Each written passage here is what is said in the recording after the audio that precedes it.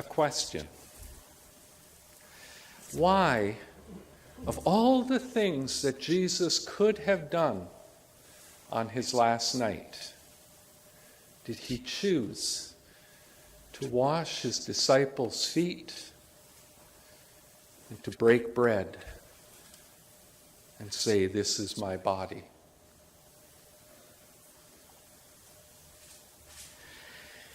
So I looked at the gospel passage for hints to help me understand, and perhaps it will help all of us understand why for 2,000 years the church has followed this tradition on this night before Jesus gives up his life on the cross, that we remember those moments, those actions. The passage began by saying Jesus knew that his hour had come to depart from this world and go to his Father. He knew he was going to die soon. But it says something else about what he knew. Jesus knew that he had come from God and was going to God. What a potent combination when you are facing your last moments of life, to recognize that you have come from a loving God and you are going home.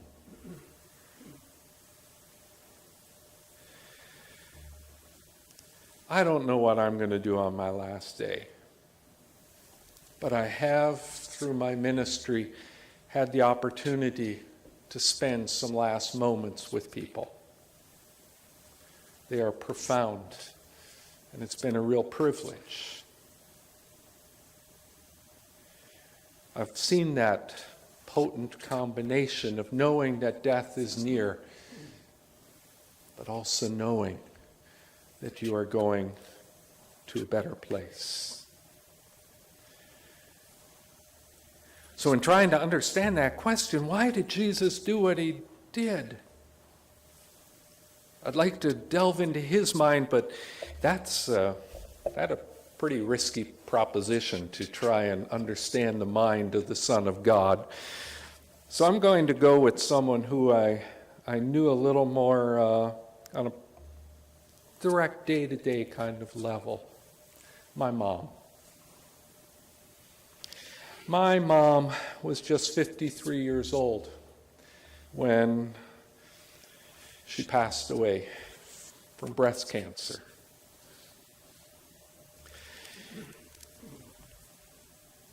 I lived about 10 hours away by car. I was a graduate student in Indiana.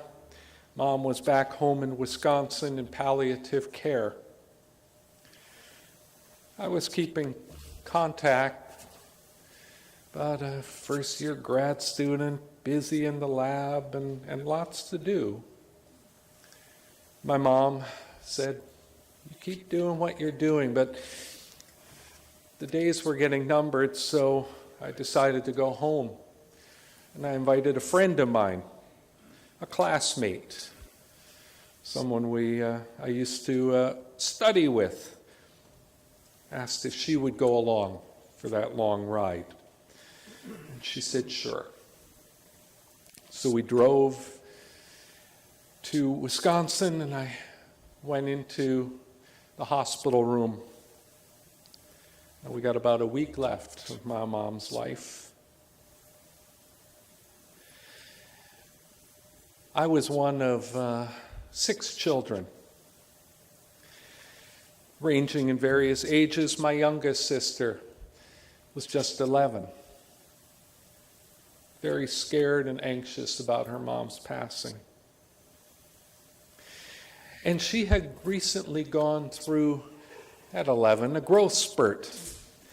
And my mother noticed from that hospital bed that her jeans weren't fitting very well anymore, getting a little short, in the legs and a little tight elsewhere.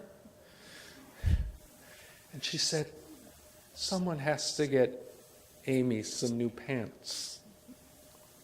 I remember thinking, how crazy, you're lying on your deathbed and you're worried about your daughter's clothes.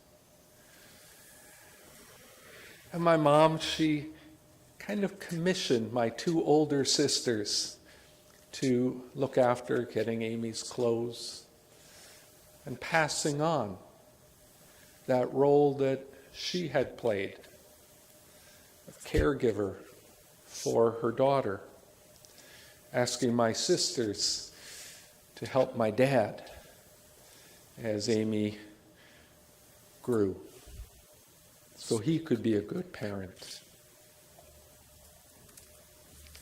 My mom wanted someone to carry that legacy of care for Amy. And I brought my friend, her name was Kathy, into the hospital room with me. And I was sitting with my mom for quite a while, talking to her, introduced her to Kathy. And Kathy was waiting patiently. My mom says, you know, you guys don't have to stick around here all the time. You know, Summerfest is going on in Milwaukee. It's a big music festival in the summer. It takes place on the shores of Lake Michigan. She said, why don't you and Kathy go have some fun? Moms, they have a special sense. And that sense that she had, I was told by a friend of hers at the funeral.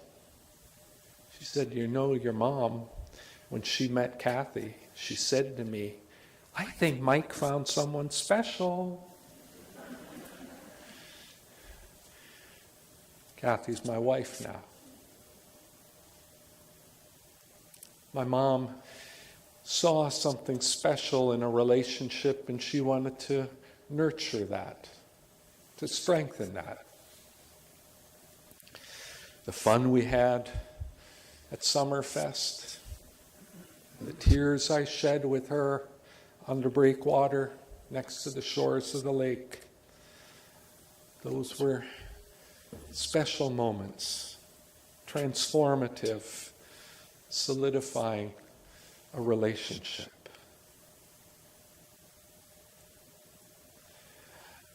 My mom, in her last moments, wanted to see those things that were so important to her, caring, loving relationships extended in really practical ways. I think that is what Jesus was doing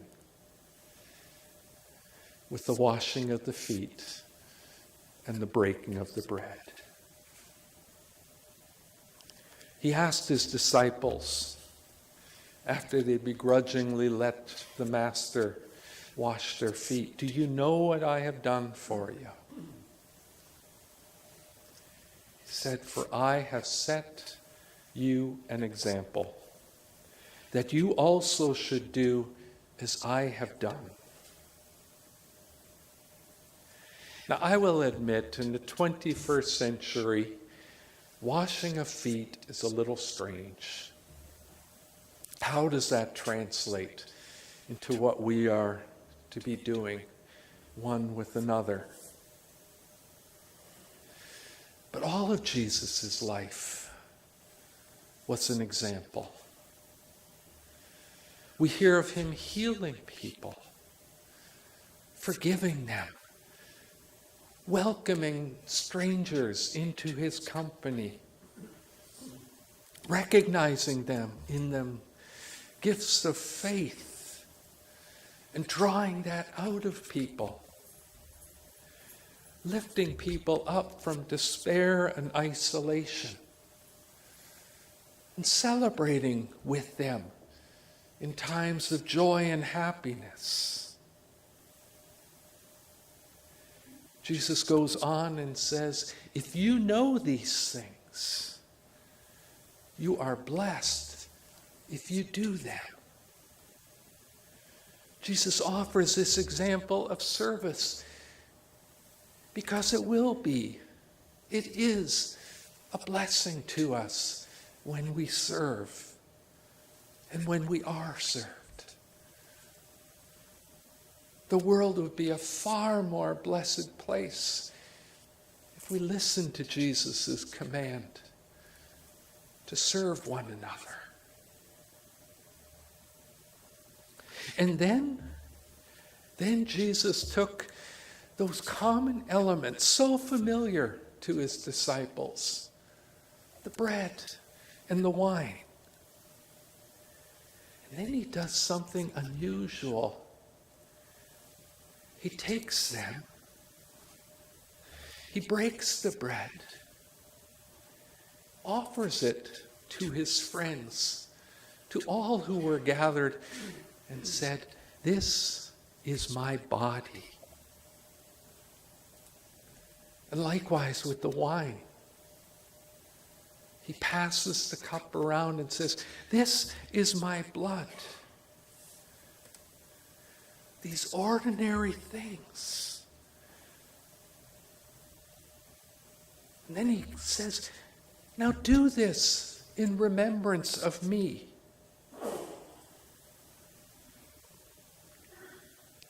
Once again, I think Jesus was doing something incredibly practical, something that we could do, and something that actually encapsulated his very life, his presence among us. One of the other evenings we gather in this sacred space is Christmas Eve, when we celebrate the incarnation, God becoming flesh. Well, that is what happens in the Eucharist. When we gather at the table, and the bread is blessed, and the wine is blessed, and it becomes divine. It becomes an incarnation that we can draw near to, that we can take our hands and receive as a humble gift to us, that we can ingest God's very presence into ourselves. And if by God's grace we get that sense that that bread is holy, that that wine is a divine gift, then it becomes not that big a stretch to imagine that that could happen to you and me, that we too could be holy, that we too could be made divine, to be a gift, to continue the transformative work that Jesus did when he walked in the ancient roads of the Middle East. So on this evening, we remember how Jesus commands those who wish to follow him to do two simple, practical things: to serve and to come and receive the bread and the wine. Having loved his own who were in the world, he loved them to the end. And now, by loving service, by enjoying the Holy Eucharist, Jesus' love is made manifest today. And it transforms us. And as we are transformed, as we are blessed, we become a blessing that transforms our world. And Jesus lives on in us, and we in him. Thanks be to God.